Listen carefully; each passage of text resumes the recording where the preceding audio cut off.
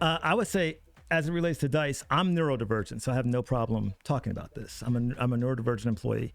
And when I joined, I saw a gap between just in my jobs in the past. So I came and we have diversity groups here.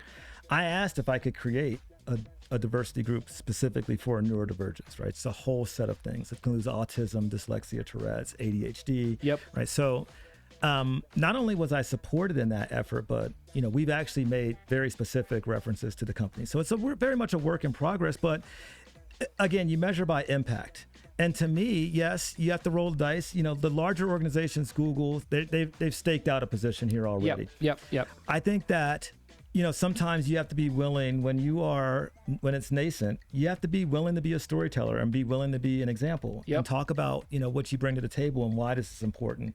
And I think, if you're neurodivergent and you're coming into it and you're looking at a job role and you're thinking, will this job role really support me? Will they understand me?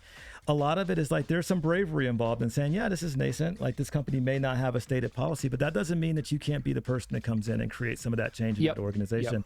That was my sort of take here. And I would love to see people, come through the door and join the group and bring that wide variety here. Because when you get to it, neuro-inclusive organizations are typically more successful. You need all kinds of diversity, whether it's gender, color, race, the way that we think, all of our beliefs, like that all matters. It brings the best ideas to the core. Yeah.